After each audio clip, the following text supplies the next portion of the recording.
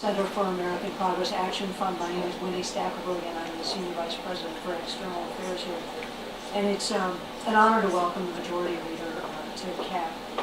We're thrilled to have him share his unique insights into the inner workings of the House of Representatives and what it really takes to move legislation to address the challenges, the very real challenges that are facing our country today. He's a dear friend to the Center and to many of us in this room. Congressman Hoyer is in his 15th term representing the people of Maryland's 5th District, serving as House Majority Leader since January of 2007, when the Democrats took majority of the House. Prior to be electing Majority Leader, he served as Democratic Whip in the 108th and 109th Congress. And I point that out really to demonstrate the fact that Mr. Hoyer really knows a bit about trying to forge consensus and move legislation while in the majority and while in the minority. It's also, I think, important to note that in 1966, Mr. Hoyer was elected to the Maryland State Senate, and in 1975, he was elected as the president of the Maryland State Senate, the youngest person in Maryland history to do so. And again, I think it's important because Mr. Hoyer knows a bit about reaching across the aisle, about working with members of the opposite party to get things done, not only for the people of Maryland, for the people of this country. He's earned a reputation as a committed and effective leader who knows how to build that kind of consensus, both in his own caucus and across the aisle. Under his strong leadership and in partnering, obviously, with Speaker Pelosi, this year alone, the House has passed the American Recovery and Reinvestment Act, the American Clean Energy and Security Act, and the America's Affordable Health Choices Act. Fairly significant pieces of legislation, I might add. However, all of those bills were passed with little or no Republican support, and finding agreement across the aisle has become more difficult as the majority party has refused to engage consistently and constructively in the legislative process. Instead, they have, in fact, focused on being the party of no, concentrating their energies on setting up roadblocks to prevent Congress from moving forward with legislation to address these very real challenges that we face today. At the beginning of the year, in February, House Minority Whip Eric Cantor told the Washington Post that his party's approach to the president's agenda was just saying no, and they've lived up to that statement. Minority Leader Boehner tried to filibuster the House energy debate in June by reading 300 pages of amendments out loud on the House floor. House Republicans were so intent on shutting down the health care debate just recently that they shouted down Democratic women trying to speak on the floor.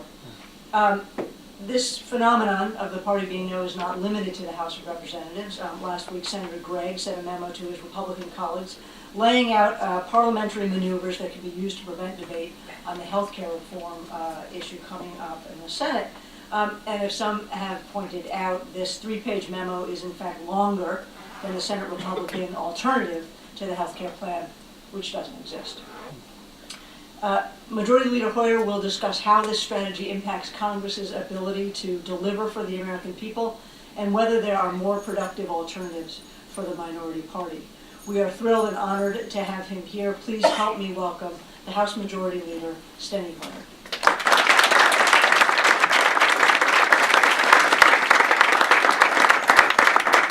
Thank you very much, Winnie. I am pleased to be here at the Center of American Progress, for America's Progress, and I'm pleased to be here with Winnie Stackerberg, with whom I've worked over the years. I want to thank all of you who have supported this organization, which is doing such good work on behalf of the issues that confront our country. Winnie has set a framework which I'm going to address. Let me start with a quote. While the Democratic Party has won a great victory tonight, we do so with a measure of humility and determination to heal the divides that have held back our progress. Just over a year later, those words from President-elect Obama still stand out to me as the most hopeful promise of his victory, but unfortunately the most elusive as well. While this year has been seen lasting accomplishments in Congress, we should be honest about what this year has not seen. It has not seen a new civility. It has not seen a minority party that's serious about joining in the work of governing at a time of crisis. One of our two great parties is now an organization committed to an unprecedented level of lockstep opposition to the president. A party of no, whose political strategy is an investment in failure for our country and paralysis for our institution. Even conservatives have criticized that transformation. As David Brooks wrote last spring, and I quote, "The GOP leaders have adopted a posture that allows the Democrats to make all the proposals, while all the Republicans can say is no." That was David Brooks. No one expects Republicans to roll over for President Obama. They should not do that. That's not what our country is about. We need to have a responsible, loyal opposition. But the party of no strategy is so disappointing because the history of Congress is full of loyal oppositions that did, in fact, share responsibility for governing in trying times and shaped some of the most important legislation of their eras. It is not asking, I think, too much for today's Republicans to rise to those examples. The history of constructive minorities, that must be Boehner calling me now. You're a cantor. Calling me now. I will turn that off. It's my daughter. I will get back to her later. The history of constructive minorities shows how much more we should expect and demand of them. It shows us that healing the divide is, at crucial moments, entirely possible. That's what President Obama believed when he took office and when he made the statement that I quoted. When he opened up the White House to repeated meetings,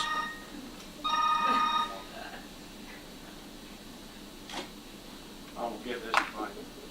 I think I turned it off. I hope I did. As I was saying, when President Obama opened up the White House to deal with the very critical issues of which Winnie spoke earlier, he invited Republicans to the White House, not only elected, but non-elected as well. He urged Congress to incorporate Republican ideas in the Recovery Act, and indeed in health care as well. The GOP's answer? House Republicans voted unanimously against the Recovery Act. Not, I think, simply out of conviction, but out of a policy of opposition. It then broke out in applause for themselves after that unanimous vote. In the Senate, one of the three Republicans to support it, Arlen Specter, was essentially driven out of his party. Those moments showed a party that, even with the economy facing collapse, put the highest value of group loyalty and ideologically defining votes. Rather than working to shape the Recovery Act, Republicans chose a strategy that could only profit from failure. Republicans again and again have chosen slogans and symbolism over constructive contributions this year. When President Obama proposed a budget with a detailed focus on education, clean energy, health care, Republicans could have worked to put their stamp on it. Or they could have proposed a substantive alternative. Instead, House Republicans spent most of their energy criticizing Democrats, releasing an 18-page document that famously included more pictures of windmills than charts or numbers or suggestions. Again, on health care, the Democratic plan faced months of debate before it came up for a House vote. From the beginning, Republicans made clear to the Democratic leadership and chairman that they were not interested in participating. In fact, I met with my friend Roy Blunt on two different occasions, a person with whom I have a very close personal relationship, and we've had a very constructive working relationship, and suggested to him that he provide me as chairman of their task force on health care with alternative. He was unable to do so. My own personal view, not because Congressman Bunn told me, is that his party simply did not want alternatives submitted. I know that to be the case on the Ways and Means Committee. I believe it to be the case on the other two committees of jurisdiction. What's especially remarkable about this obstructionism on health care is that a central plank of the Democratic plan, an individual insurance mandate, was the Republican alternative during the Clinton administration. Bob Dole talked about it, Senator Chafee talked about it. Since then, millions more Americans have lost their health coverage, and the average payment has more than doubled. And Republicans now argue against the policy. They won't support it. Similarly, after proposing hundreds of billions of dollars in Medicare cuts, Republicans are now protesting our plans to save Medicare money as a part of health care reform. That looks to me like a party determined to break Democratic presence, which was the word of Senator DeMint, even as its constituents continue to suffer under a broken system. Their constituents, our constituents, the same constituents. In the Senate, of course, the minority's obstructive power is even greater. The filibuster has turned from an exceptionally rare tool of passionate opposition into, as we've all seen, a routine verdict. Political scientist Barbara St. Clair found that the last Congress, with the Republican minority in the Senate, set a filibuster record, and that while just 8% of the major bills faced filibusters in the 60s and 70s, 70% do today. That goes far beyond the founders' thoughts for the Senate's cooling function. That is a recipe for a Senate practically paralyzed. As a result, we have seen non-controversial nominations held hostage, action on global warming stalled, and while families struggled in this crisis, unemployment insurance delayed and denied for weeks.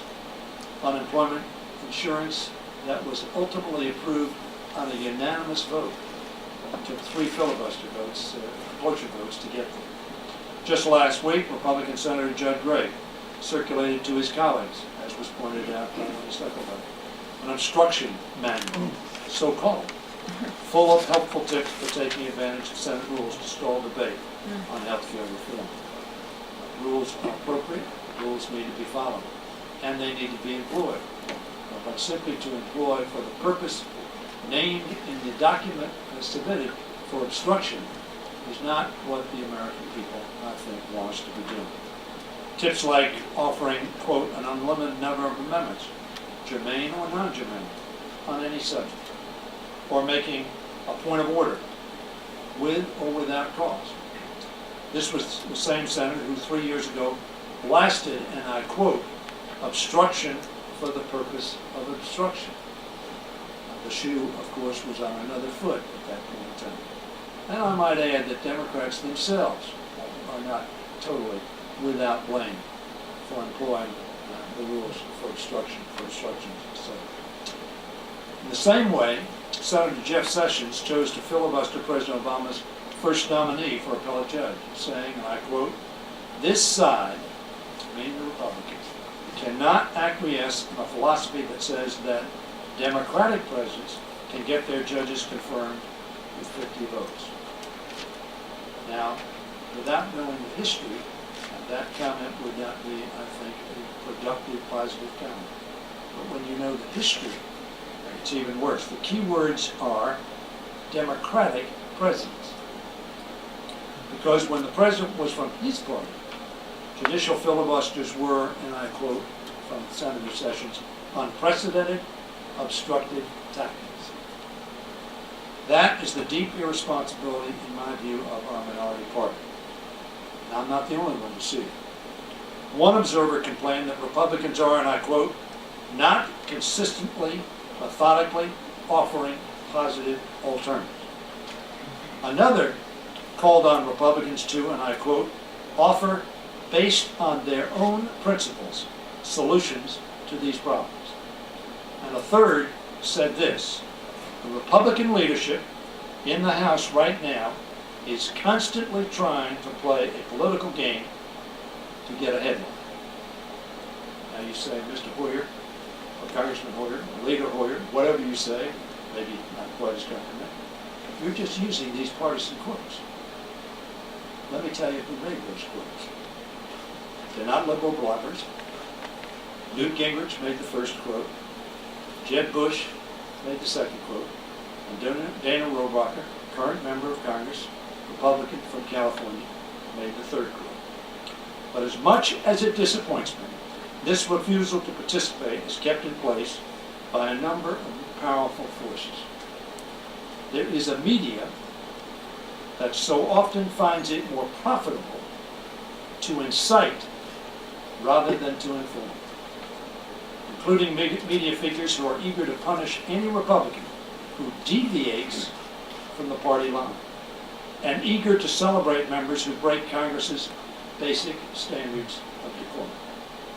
There is the assumption, pioneered frankly by Newt Gingrich himself as early as the 1970s, that the minority wins when Congress accomplishes less. And as Republican strategist Ed Rollins said, obstruction, and I quote, allows the party to stay unified and will help rebuild their financial base. That may be true, but it's not productive, and it's not what the American public expects.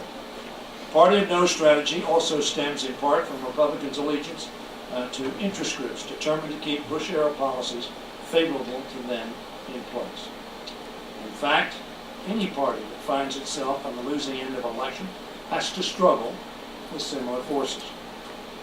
We can still look to times when the minority party has tied its success not to Congress's failure, but to the shared work of government, when it has helped to create legislation that still marks our lives. In 1964, when President Johnson needed to defeat a Senate filibuster of the landmark Civil Rights Act, he turned to Minority Leader Everett Dirksen. Senator Dirksen worked for months to put together a bipartisan civil rights coalition. In his final speech before the vote, after 57 days of debate, he said this: "Stronger than all the armies is an idea whose time has come. But it would not have arrived had not Senator Dirksen put aside his partisanship and put on his hat of patriot to assure that the country lived up to its values." It was the first civil rights filibuster that had ever been broken. In 1965, when some members of the party were denouncing Medicare as an, I quote, brazen socialism, rhetoric hasn't changed a lot, as you might observe, the ranking Republican on the House Ways and Means Committee, John Burns, chose to help write the bill, and instead he proposed a voluntary program to cover doctor expenses. Today, that of course is the basis for Medicare Part B. In 1983, Social Security faced a crisis as its trust fund was heading into the red. President Reagan and Congress, Tip O'Neill, agreed on bipartisan reforms to save it for the following generation, which in fact it did. Minorities in both chambers would have found the issue easy to exploit. President Reagan and Tip O'Neill decided that was not policy that was best for our country. Instead, Republicans gave up their opposition to Social Security, and Democrats gave up powerful campaign issue against President Reagan, so the country could benefit.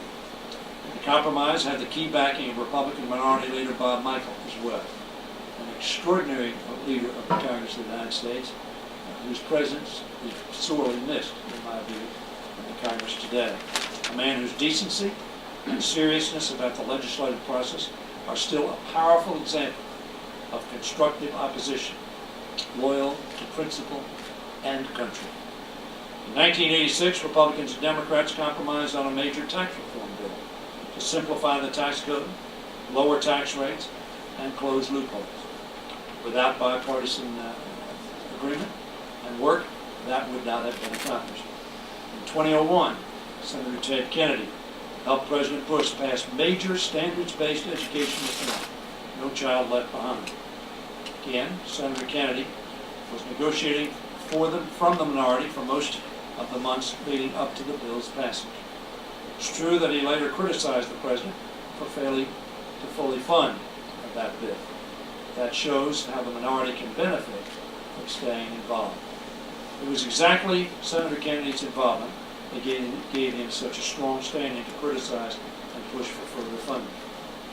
Finally, we can add to that list the great accomplishments of loyal opposition that controlled Congress, but were willing to work with instead of block a president of the other party. the Marshall Plan, the interstate highways, historic clean air and clean water under President Nixon, President Reagan's and Speaker Tip O'Neill's work to save Social Security, of which I've already spoken, and welfare reform and a balanced budget under President Clinton and Speaker Gingrich. In fact, even though Speaker Gingrich began his climb to leadership on the strength of obstructionism at the end of his career in the House, he had strong words for Republicans in what he called the Perfectionist Caucus. And I quote from Congressman Gingrich, "My fine friends who are perfectionists, each in their own world where they are petty dictators, could write a perfect bill. But that is not the way life works in a free society." He indicated that there were a lot of Republicans in the United States Senate who didn't agree with the Republicans in the House, and that the American people had selected a Democratic president. And what they expected of all of us, he told his perfectionist caucus, was that we work together to move America's agenda forward. I've tried to live that principle myself. Under President Bush, I worked long and hard on intelligence reform with my friend Roy Blunt and Kit Bond in the Senate. We passed that bill. It was controversial, but we saw large bipartisan support. I worked with Bob Ney on the Help America Vote Act, which brought serious reform, which we still need more of, to the voting practices in America post the presidential election of 2000. And Steve Bartlett, a Republican from Texas, and myself worked over 100 hours sitting in the same room together to bring bipartisan agreement to the adoption of the Americans with Disabilities Act, so that hopefully I have not just talked this talk, I have walked it. I understand that each of these examples is unique, but many of them took place in less ideologically rigid Washington. One many of us still remember fondly. But all of these stories have something in common. They all happened at times when the pressure on our nation were felt more strongly than the pressures that so often make Congress a place of lockstep opposition. Let me suggest a very recent example. In September of 2008, Secretary Paulson and Federal Reserve Chairman Bernanke came to a joint leadership meeting in the Congress, Republican and Democratic leaders in the House and the Senate, and said we are at a time of crisis. If we do not act, we are at risk of falling into depression. The Congress, of course, was led by Democrats in both the House and in the Senate. But upon the representation that our country is in crisis, we responded to President Bush's request for very substantial resources to try to stabilize our economy, with the specter that if we did not, our economy would erode very quickly and very catastrophically. When that vote came to the floor of the House, I talked to my friend Roy Blunt, with whom we were working closely to try to get a bipartisan vote to support the legislation that we thought necessary to avert the crisis. 142 Democrats voted for the request of a Republican president, a Republican Secretary of the Treasury, and a Republican-appointed Director of the Federal Reserve.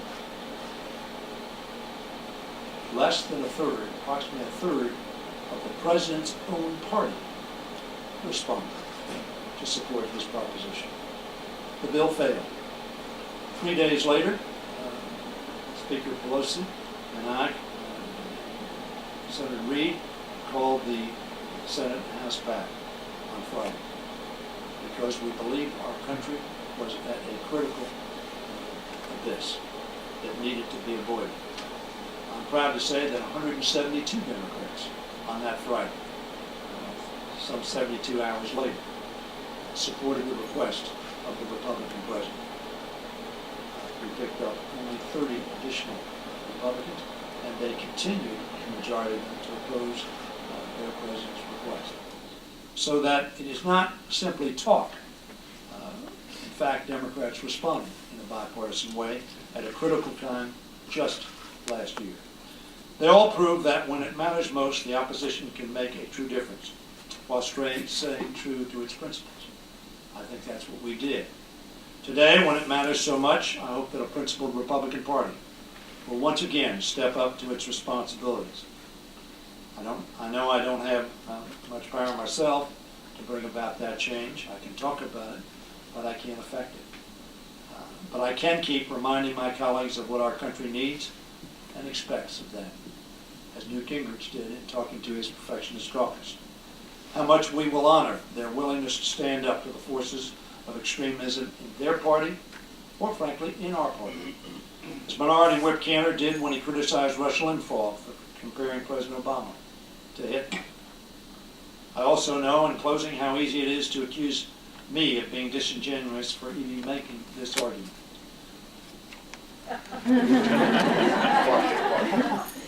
I hope that's not a statement by a higher power that he agreed with that last disingenuous statement. It's easy to say that Democrats actually want extremism to be the face of the opposition, that we would be happy for the party of no to keep saying no. From a political perspective, that may be an attractive alternative, but it is not an attractive alternative for the people that I represent, of all stripes, of all parties, young and old.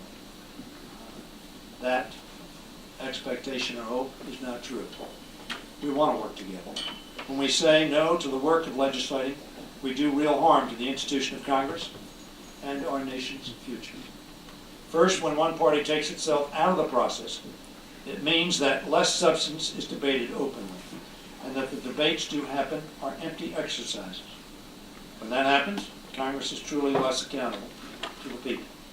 It fails in its role as the deliberative representative branch. Secondly, when Congress is deadlocked, and especially when the Senate is, the representative branch becomes less relevant every day. I think the Washington Post, Ezra Klein, explained it very well when he said, and I quote, "The minority party has a continual stake in Congress, not really working. It's bad for Congress. It's bad for democracy." It means power devolves from the legislature and towards unelected, unaccountable organizations like the Federal Reserve, the EPA, or yes, even the courts. Finally, the hard choices that are being forced on our country demand engagement by both parties, by all perspectives, by the best that we can offer in terms of solutions to go forward successfully. I'm thinking of challenges like reforming our massive entitlement programs, controlling the growth of healthcare spending, and responding to climate change, all of which are necessary. Issues that are fraught with political risk and so easy to demagogue that it is almost impossible for one party to take them on alone.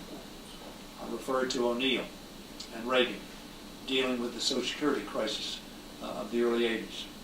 That is the kind of bipartisanship that we need. Rostenkowski, Reagan, Packwood working on tax reform in 1985 and 86. President Bush and I and Senator Dole working on the Americans with Disabilities Act, a far-reaching civil rights piece of legislation. At its inception, extraordinarily controversial, but adopted overwhelmingly as the parties came together to work towards solutions. Those challenges are dangerously likely to stay untouched as long as at least one party is willing to be simply the party of no. In times with less at stake, saying no to the work we were elected to do may be an affordable luxury. Today, however, the price is far too high. That is why it is so crucial to make the President's election night promise come belatedly true. To govern along with a loyal opposition that puts the progress of our country ahead of the politics of its party and of its time. To heal the divides that still hold our progress back at greater cost to the American people each day. I thank you for this opportunity, and Winnie, I guess I'm going to try to do some questions. Thank you very much.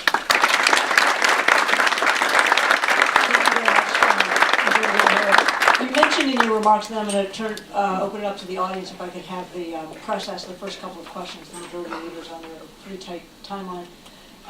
You mentioned in the past that Washington has been a more collegial town, that Republicans and Democrats have worked together over the years, to face the critical issues that are confronting our country. Do you think it's possible to go back to that era? What is going to make Republicans and Democrats work together to bridge the ideological fault lines that we've seen appear over the recent days. Let me say, I think that there are Republicans and Democrats in the Congress of the United States who are more than willing to do that. I mentioned my friend Roy Blunt. The reason I mentioned Roy Blunt is because he and I have great respect for one another and great personal friendship. If you looked at our voting records, they would be not very similar. However, we have a mutual respect and trust for one another, and we have, in fact, worked on issues. So I think there is the contact, there are the membership. Unfortunately, however, I think one party's base has become as narrow a base as I have seen it have in my political career, which is approximately 40 years in progress at this point in time, 43 years. I was elected to the state senate in '63. And when you see, for instance, New York 23, as a specific example, the Republican nominee being rejected by the base of her party because she was not consistent with all of the positions they had taken. They concluded that their tent is not broad enough to welcome her to their party, and in fact forced her out. And of course, we won that election. Interesting enough, we won both the congressional elections that were up last month.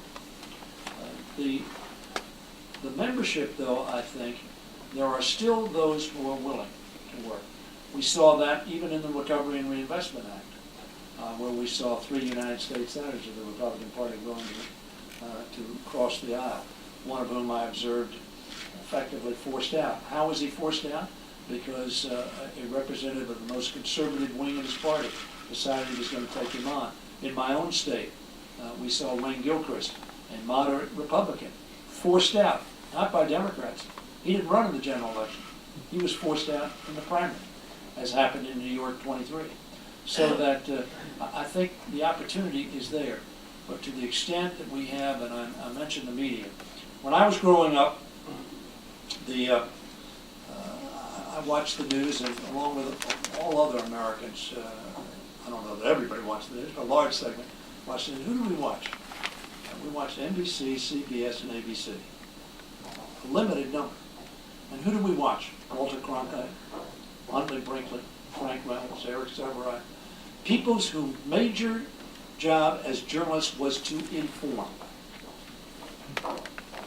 I suggest to you that there are millions and millions of Americans who will watch news programs tonight whose major effort is to incite, to make people angrier, to make them more divided, to make our country more divided and angry at itself. That is not a productive context in which to create bipartisanship and the ability to work together in the Congress. So the Congress is reflected and represented. The country is divided, as we saw in 2000, but I've seen since then. And very willing to change its mind as we see an electorate today, which is very fluid in terms of what it thinks is good and bad. Just raise your hand, identify yourself, and press ask the questions first.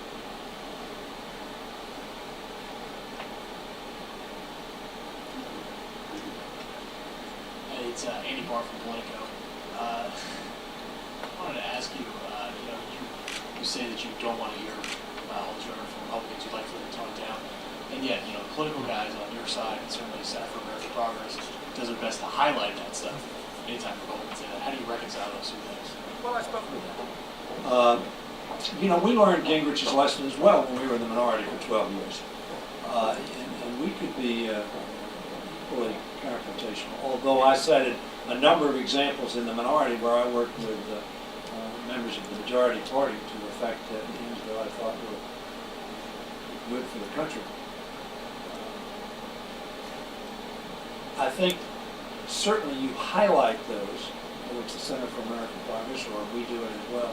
You highlight a comment by Jim DeMint or by Jeff Sessions or others, so that you can hopefully bring the American public's attention to them and that they can say to their party, look, that's not what we want. In fact, the polls reflect that the The rank and file of the Republican Party, I'm not talking about its base, but the rank and file, the broad stretch of the party is not comfortable with the party of no, and the party of almost knee-jerk objection and opposition.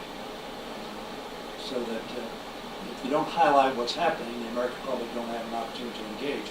I'm hopeful that the Republican Party itself will say to its leadership, look, we need more constructive engagement. Yes, right here in the back. Yep.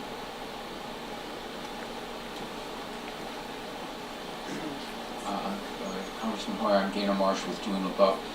I wonder if you could speak a little bit to how these political trends that you've been talking about reflect within the Democratic Party itself, between the more progressive wing and the more conservative wing, and also what would you say to a room of independents about what should they demand from both parties to try to overcome these kinds of obstacles that you've been outlining today? Well, I think they ought to demand the same thing that I've talked about, is that both parties engage constructively. That's what they want. As Newt Gingrich said in his, what I call, he didn't refer to it as a perfectionist caucus speech, and let me give you the context of that. In 1998, Newt Gingrich and Bill Clinton essentially reached agreement on a budget. A significant number of his party that did not agree with that. And as he said, if we were just us, we could do it just our way. But it's not just us. The American public has elected a Democratic president who doesn't agree with us. Then he pointed out correctly there were a lot of Republicans in the United States Senate didn't agree with the Republicans in the House of Representatives. But that the American public expected his party, to engage constructively in moving legislation forward, in this case, the budget deal. What I would say to independents, with respect to the Democratic Party, for instance, I think you've seen the opposite happen in the Democratic Party, frankly. I think you see a broader-based Democratic Party today than you did 10 years ago or 15 years ago. Why is that? Because we now have 258 members. Why do we have 258 members? Because we've won many districts formerly represented by Republicans who are what we call the swing districts, meaning they are looking not so much at party but at policy. And so I believe my party is in fact a broader based party than it has been, because we've won seats that have so-called expanded blue dogs, expanded New Democrats, just as progressive have continued to be the base of our party, and I think properly so. I think you find, however, some consistent premise from right to left in our party, and that is we are the party of working people to make opportunities for average working Americans better. I think that's the pumping premise of our party. Pumping premise of our party. And I think it is a unifying premise of our party, and frankly, I think you see fairly consistent voting along those lines from right to left in our party. The Republican Party, however, it has lost its moderate members. The same thing that made us a broader party resulted in their base being smaller. Anytime you shrink your base, the smaller your number, the likelihood in American polity is that your base has a greater voice than if you're larger in number. And I think that's happened. But I would certainly urge independents, as I urge my own party and urge the Republicans, to focus on trying to bring consensus to very thorny challenges that confront us. The deficit has been exacerbated, in my view, necessarily because of the economic recession that this administration inherited and this Congress inherited. Very frankly, my view is that when Clinton was the president, we created for the first time in my lifetime, or I think the lifetime of anybody in this room, 4 years of surplus. That was necessary. It was particularly necessary as we confronted the economic, the financial crises that confront Social Security, Medicare, and Medicaid. We're going to have to do that. The only way we're really going to be able to do it is do so in a bipartisan way, as we saw in 1983. because, as I said, those issues are so fraught with political risk and so subject to demagoguery that if you don't blunt that with bipartisanship, which is what I think independents really are all about. I think we have a large number of independents now who are not too happy with us being the Democrats. One of my colleagues observed, well, one of the reasons is because so many of the growth in independents were former Republicans. If you think about it, the Democrats now were pretty happy with their party.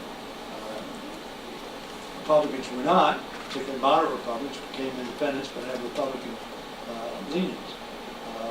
But I think that the moderates of both parties want to see consensus created to solve problems. Thank you very much. We're going to let the majority leader go back to doing what he does, which is legislating and reaching across the aisle. So thank you so much for being here, Again, Mr. thank you all very much. Thank you all for remaining in your seats while the majority leader